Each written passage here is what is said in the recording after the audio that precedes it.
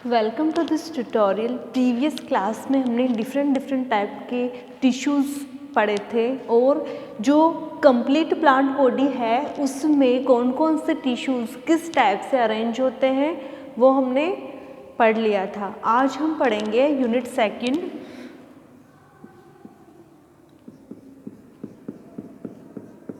Unit second का topic है shoot system.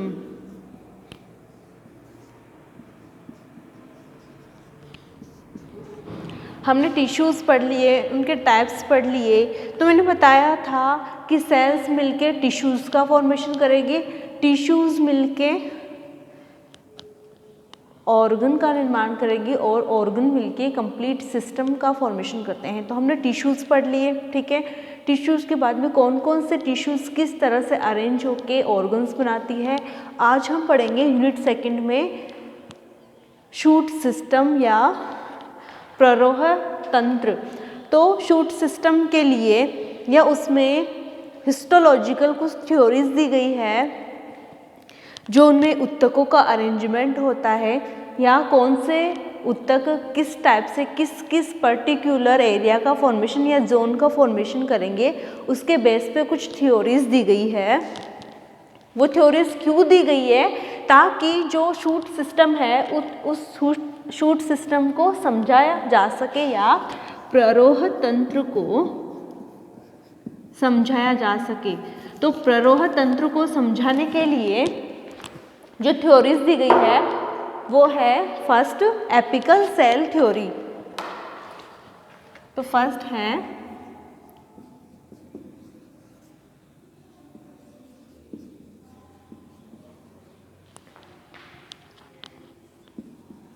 तो जो एपिकल सेल थ्योरी है इसका प्रतिपादन किसने किया था? नागेली ने। तो एपिकल सेल थ्योरी का प्रतिपादन नागेली ने किया था। उन्होंने बताया था कि जो शूट एपेक्स होता है वो शूट एपेक्स में एक मेरिस्टेमेटिक सेल होती है। वो मेरिस्टेमेटिक सेल कैसी होती है? टेट्राहेड्रल या चतुष्फलकीय होती है और वह चतुष्फलकीय सेल या टेट्राहेड्रल सेल ही कंप्लीट प्लांट सिस्टम का निर्माण करती है। तो एपिकल सेल थ्योरी नागेली ने दी थी। उन्होंने ये बताया कि जो प्लांट होते हैं, प्लांट के शूट एपेक्स या शीर्षस्थ भाग पे एक ऐसी कोशिका पाई जाती है या ऐसी मेरिस्टेमेटिक सेल पाई जाती है जिसकी शेप होती है चतुष्फलकीय टेट्राहेड्रल और ये दिखने में पिरामिड के जैसे दिखाई देती है और इसमें विभाजन होते रहते हैं, उसमें वृद्धि व विभाजन होते हैं और उन वृद्धि व विभाजनों के फलस्वरूप वह कंप्लीट प्लांट बॉडी का निर्माण करती है। इस तरह की सेल से ब्रायो, टेरिडो व जिम्नोस्पर्म प्लांट्स का निर्माण हुआ है। तो एपिकल सेल थ्योरी के अकॉर्डिंग शूट एपेक्स में एक ऐसी मेरिस्टेमेटिक सेल पाई जाती है जो टेट्राहेड्रल शेप में होती है, दिखने में पिरामिड के जैसे होती है और उसमें लगातार डिविजन्स हो रहे होते हैं और डिविजन्स और ग्रोथ के फलस्वरूप वह कंप्लीट प्लांट बॉडी का निर्माण करती है। और ब्रायोफाइट्स, टेरिडोफाइट्स व जिम्नोस्पर्म में इसी सेल्स के द्वारा या इसी सेल के द्वारा कंप्लीट प्लांट बॉडी का निर्माण होता है और इस तरह इसमें डिविजन्स होते हैं। लेकिन इसकी एक लिमिटेशन है। ये जो थ्योरी है वो हायर प्लांट्स के लिए लागू नहीं हुई। जो उच्च वर्गीय पादप होते हैं जैसे कि एंजियोस्पर्म, तो एंजियोस्पर्म में जो टिश्यू सिस्टम होता है, हिस्टोलॉजिकल सिस्टम होता है, उसको बताने में ये असमर्थ रही। मीन्स हायर प्लांट्स में इस टाइप से प्लांट बॉडी का फॉर्मेशन नहीं होता है। फिर आती है सेकंड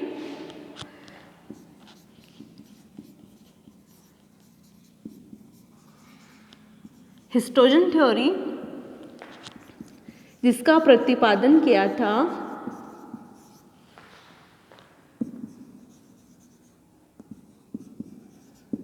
हैंस्टीन ने, ठीक है। तो हिस्टोजन थ्योरी का प्रतिपादन हैंस्टीन ने किया था। उन्होंने बताया कि जो प्लांट का शूट एपेक्स होता है या प्ररोह शीर्ष होता है, प्ररोह शीर्ष जिसे कहते हैं शूट एपेक्स, तो प्लांट्स की हिस्टोजन थ्योरी का प्रतिपादन हैंस्टीन ने किया। हैंस्टीन ने बताया कि जो प्लांट का शूट एपेक्स होता है उस शूट एपेक्स में कुछ लेयर्स पाई जाती है या उस शूट एपेक्स के कुछ भाग होते हैं। तो वो कौन कौन से भाग हैं?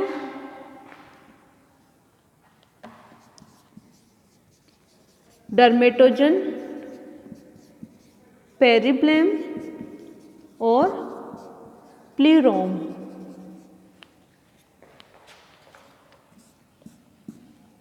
तो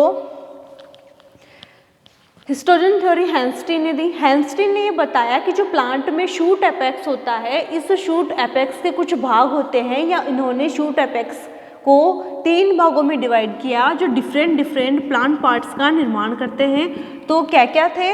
डर्मेटोजन, पेरिब्लम और प्लीरोम।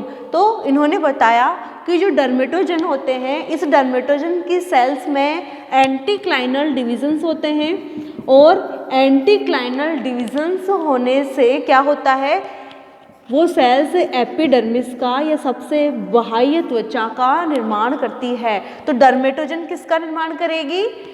एपिडर्मिस का या सबसे बाह्यतम आवरण का निर्माण करती है। तो हैंस्टीन के अकॉर्डिंग जो शूट एपेक्स होता है उसमें 3 भाग होते हैं, डर्मेटोजन, पेरिब्लम और प्लीरोम। तो इस डर्मेटोजन की सेल्स एंटीक्लाइनल डिवीजन करेगी और एंटीक्लाइनल डिविजन्स करने के बाद में वो एक परतीय एपिडर्मिस का फॉर्मेशन करती है।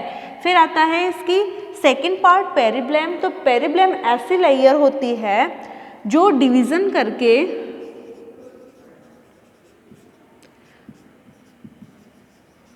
ग्राउंड टिश्यूज या कॉर्टेक्स का निर्माण करती है। तो डर्मेटोजन तो एपिडर्मिस का सबसे बाह्यतम आवरण का निर्माण करेगी और जो पेरिब्लम होती है वह पेरिब्लम डर्मेटोजन व प्लीरोम के मध्य भाग का निर्माण करती है, अर्थात वह प्लांट के कॉर्टेक्स वाले भाग का निर्माण करेगी। फिर आता है प्लीरोम। तो पेरिब्लम के अंदर पाई जाने वाली लेयर को प्लीरोम कहते हैं। ये प्लांट के वास्कुलर टिश्यूज, तो वास्कुलर टिश्यूज कौन कौन से होंगे? जाइलम, फ्लोएम, ठीक है। वास्कुलर टिश्यूज पित्त, मिड्यूलरी रेज का निर्माण करेगी।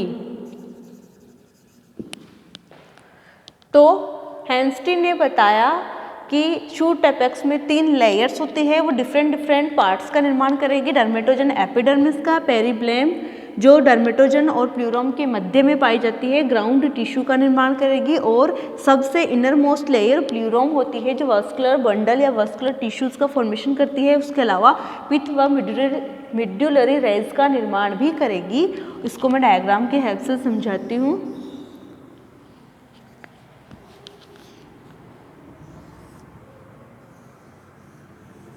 ये है शूट एपेक्स,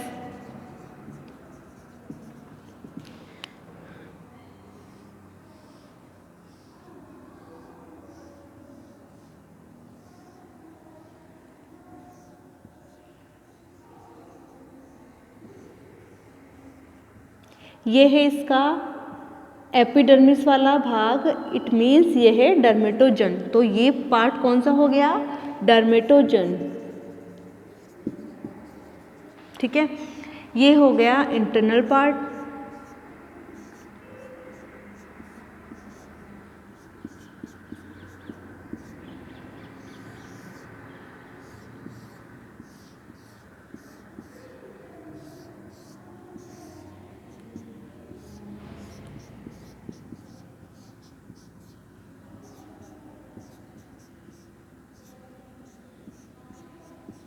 तो अगर हम इसको डायग्राम की हेल्प से समझें तो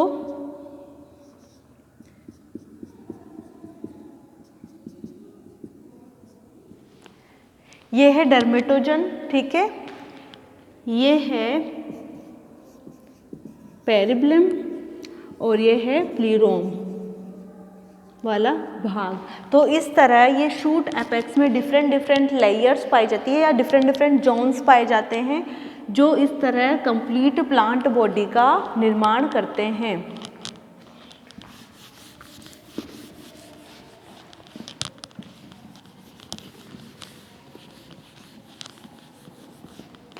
थर्ड है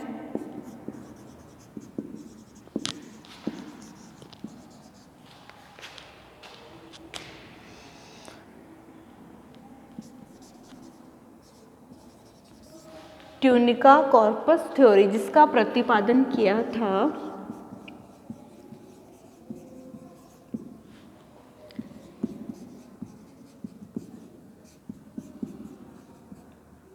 श्मिट ने।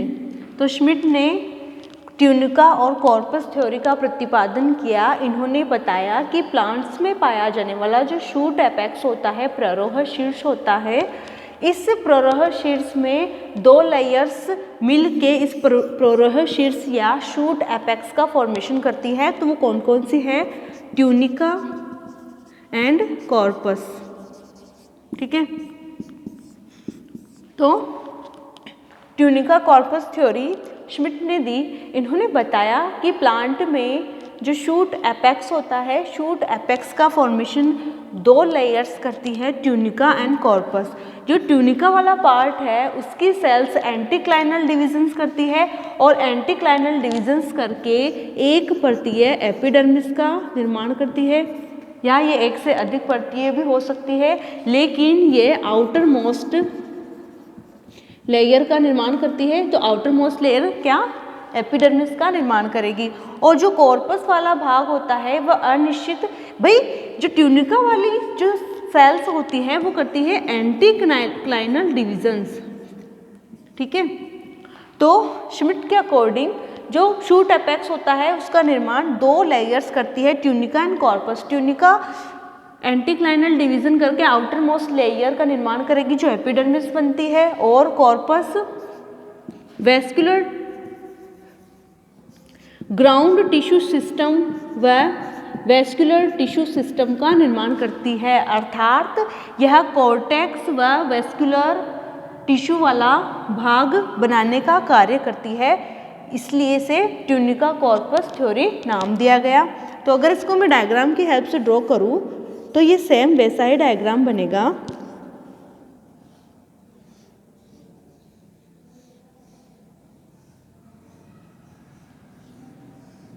तो ये समझो आप ट्यूनिका और ट्यूनिका के बीच में पाया जाने वाला भाग कोर कहलाता है, जिसे कॉर्पस कहते हैं। ये जो भाग है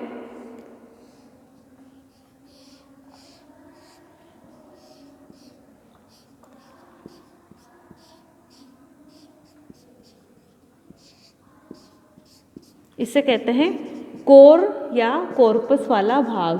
तो ये जो ट्यूनिका वाला भाग है वो किसका निर्माण करेगा? एपिडर्मिस का।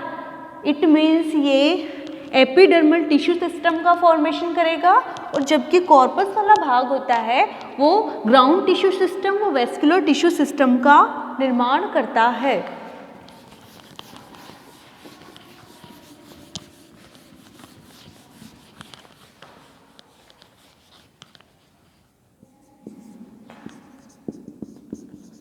फोर्थ है हिस्टोजेनिक लेयर थ्योरी, जिसका प्रतिपादन डर्मन ने किया था। तो जो शूट एपेक्स के बारे में फोर्थ थ्योरी दी वो कौन सी थ्योरी थी? हिस्टोजेनिक लेयर थ्योरी, जिसका प्रतिपादन डर्मन ने किया था। इन्होंने जो थ्योरी दी थी वो हैंस्टीन की थ्योरी से बिल्कुल मैच खाती थी, ठीक है।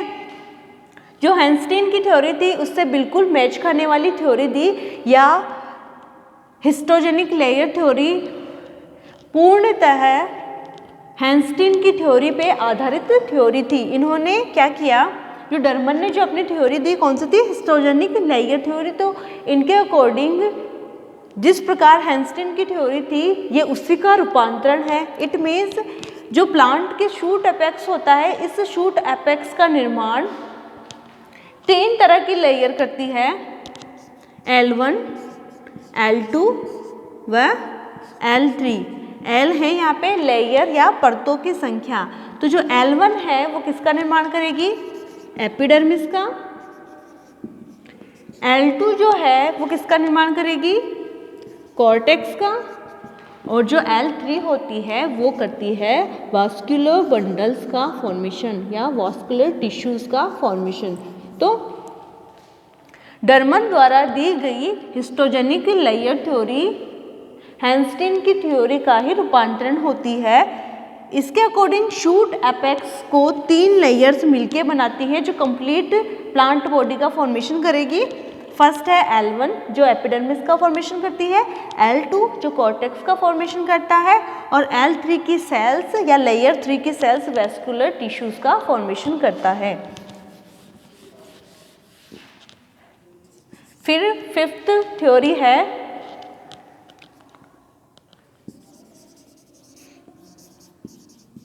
मेंटल कोर थ्योरी, जिसका प्रतिपादन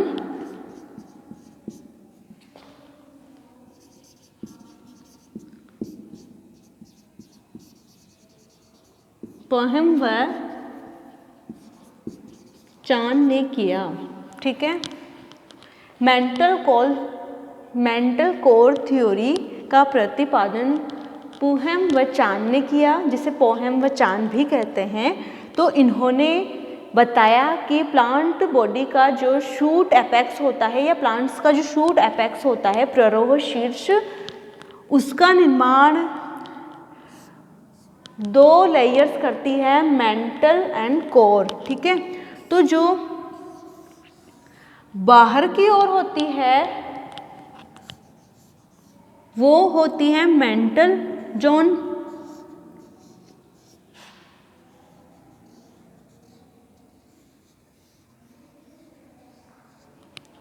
और जो कोर एरिया को घेरे हुए होती है वो है मेंटल लेयर। तो ये मान लो यह है इसका कोर एरिया। ठीक है,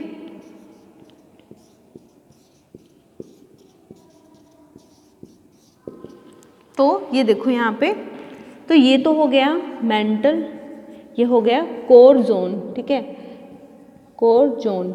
तो आप ये देखो CZ कोर जोन, तो आप ये देखो कि मेंटल कोर थ्योरी पोहम व चान ने दी। इन्होंने बताया कि शूट एपेक्स का निर्माण मेंटल और कोर जोन मिलकर करते हैं। इट मीन्स जो मेंटल जोन जो कोर जोन को घेरे हुए परत होती है उसे मेंटल कहते हैं। ठीक है, और मेंटल के अंदर कोर पाई जाती है। तो जो मेंटल होती है वो आउटर मोस्ट लेयर का निर्माण करती है। मीन्स किसका निर्माण करेगी, ये एपिडर्मिस का। मीन्स एपिडर्मल टिश्यू सिस्टम का फॉर्मेशन कौन करेगा, मेंटल जोन। और कोर जो मध्य भाग में पाया जाता है जिसे कोर कहते हैं या केंद्रीय भाग कहते हैं, ये क्या करेगी, ये ग्राउंड टिश्यू सिस्टम व वास्कुलर टिश्यू सिस्टम का फॉर्मेशन करेगी। और इसमें होने वाले जो विभाजन होते हैं वो विभाजन अनिश्चित प्रकार के होते हैं। ठीक है, तो इसमें होने वाले जो विभाजन होते हैं वो अनिश्चित प्रकार के होते हैं और इस तरह वो प्लांट बॉडी का निर्माण करते हैं। तो ये तो हुई आपकी मोस्ट थ्योरीज जो हिस्टोलॉजिकल सिस्टम को बताती है, मीन्स शूट एपेक्स के हिस्टोलॉजिकल सिस्टम को बताती है। अब हम बात करते हैं स्ट्रक्चर की। तो नेक्स्ट टॉपिक है आपके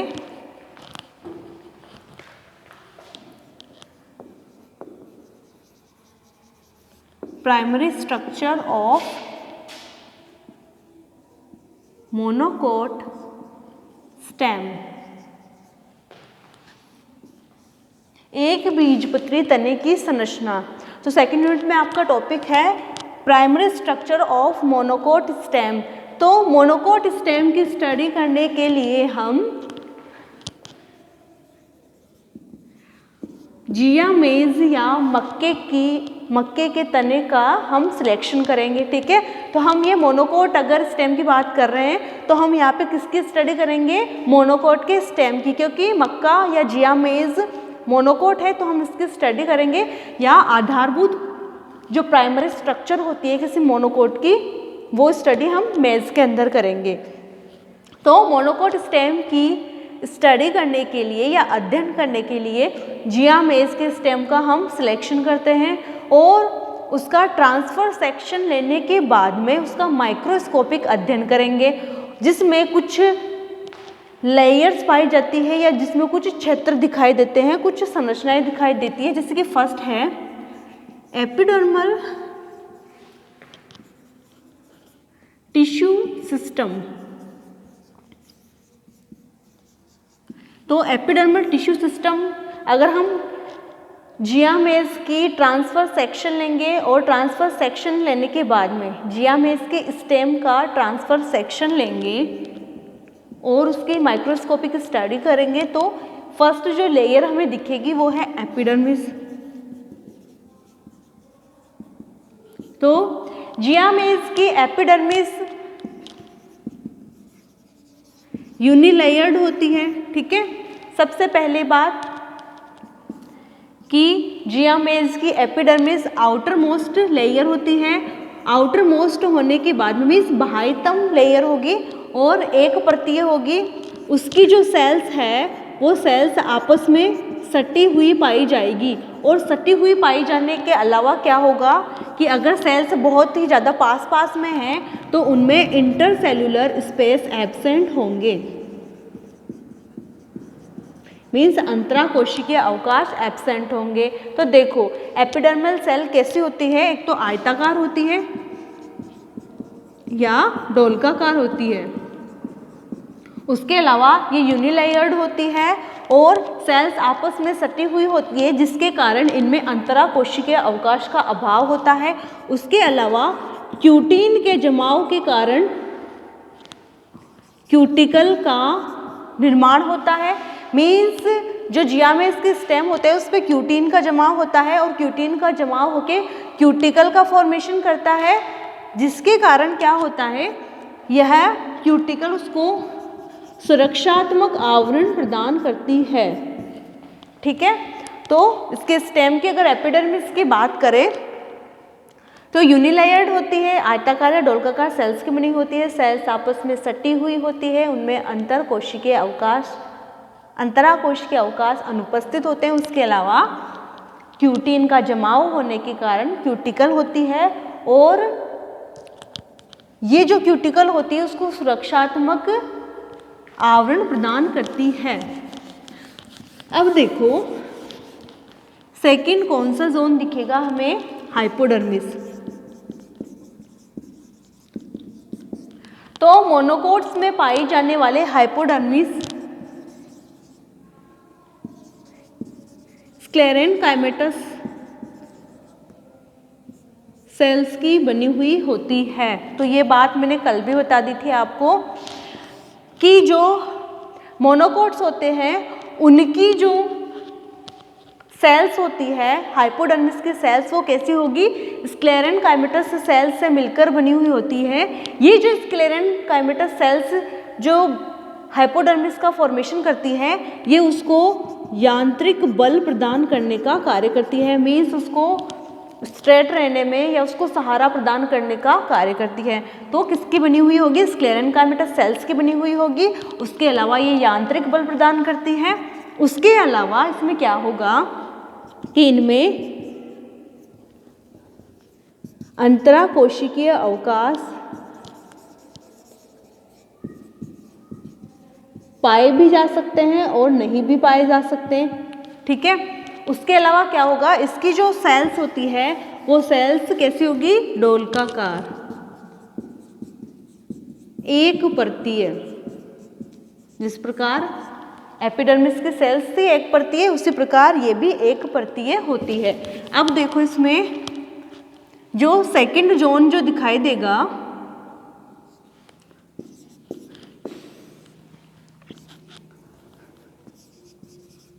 ग्राउंड टिश्यू सिस्टम।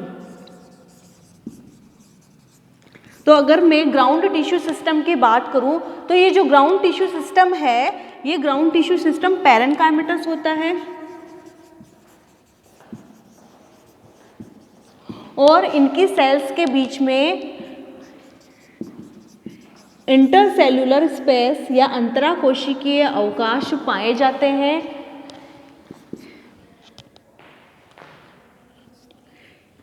इनका ग्राउंड टिश्यू सिस्टम वाला भाग देखो, एपिडर्मिस के नीचे हाइपोडर्मिस पाई जाती है और मोनोकोट्स में पाई जाने वाली हाइपोडर्मिस के नीचे वाला भाग ग्राउंड टिश्यू सिस्टम कहलाता है। ये ग्राउंड टिश्यू सिस्टम पैरेनकाइमेटस होता है। इनकी सेल्स के बीच में अंतराकोशिकीय अवकाश पाए जाते हैं। उसके अलावा क्या होता है कि इनका जो ये ग्राउंड टिश्यू सिस्टम्स होते हैं या इनके जो ग्राउंड टिश्यूज होते हैं वो कॉर्टेक्स व पित्त में डिवाइड नहीं होते हैं। उसके अलावा ये एंडोडर्मिस और पेरिसाइकिल में भी डिवाइड नहीं होते हैं, जैसे कि डाइकोट्स में होता है। तो पैरेनकाइमेटस होने के साथ साथ अंतराकोशिकीय अवकाश युक्त होती हैं और इनके जो ग्राउंड टिश्यूज हैं वो कॉर्टेक्स व पित्त में डिवाइड नहीं होते हैं। उसके अलावा देखो आप, जो परिधि की ओर पाई जाती है वो परिधि की ओर पाई जाने वाली सेल्स छोटी होती है और संख्या में अधिक होती है, जबकि जो मध्य में पाई जाने वाली सेल्स होती है ग्राउंड टिश्यूज की, वो साइज में बड़ी होती है और संख्या में कम होती है। तो कॉर्टेक्स और पित्त में डिवाइड नहीं होगी, एंडोडर्मिस और पेरिसाइकिल में डिवाइड नहीं होगी। परिधि की ओर पाई जाने वाले ग्राउंड टिश्यू की सेल्स छोटी व संख्या में अधिक होगी और केंद्रक में पाई जाने वाली संख्या में कम होगी और बड़ी होगी। फिर अगर हम बात करें इसके वास्कुलर टिश्यू सिस्टम की,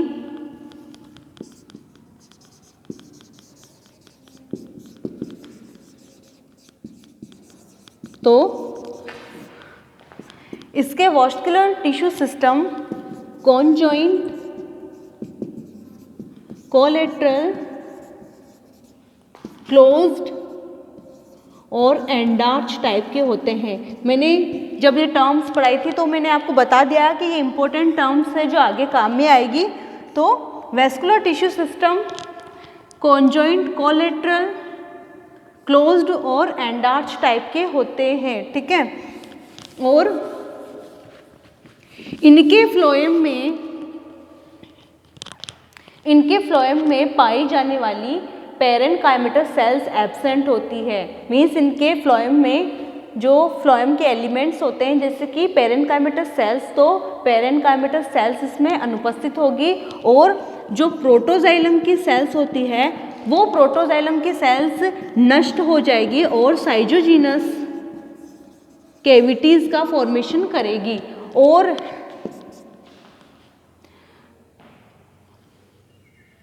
इनके जो वेस्कुलर बंडल्स होते हैं वो वेस्कुलर बंडल्स परिधि की और छोटे व संख्या में अधिक होते हैं और केंद्रक में पाए जाने वाले वेस्कुलर बंडल्स संख्या में कम और साइज में बड़े होते हैं।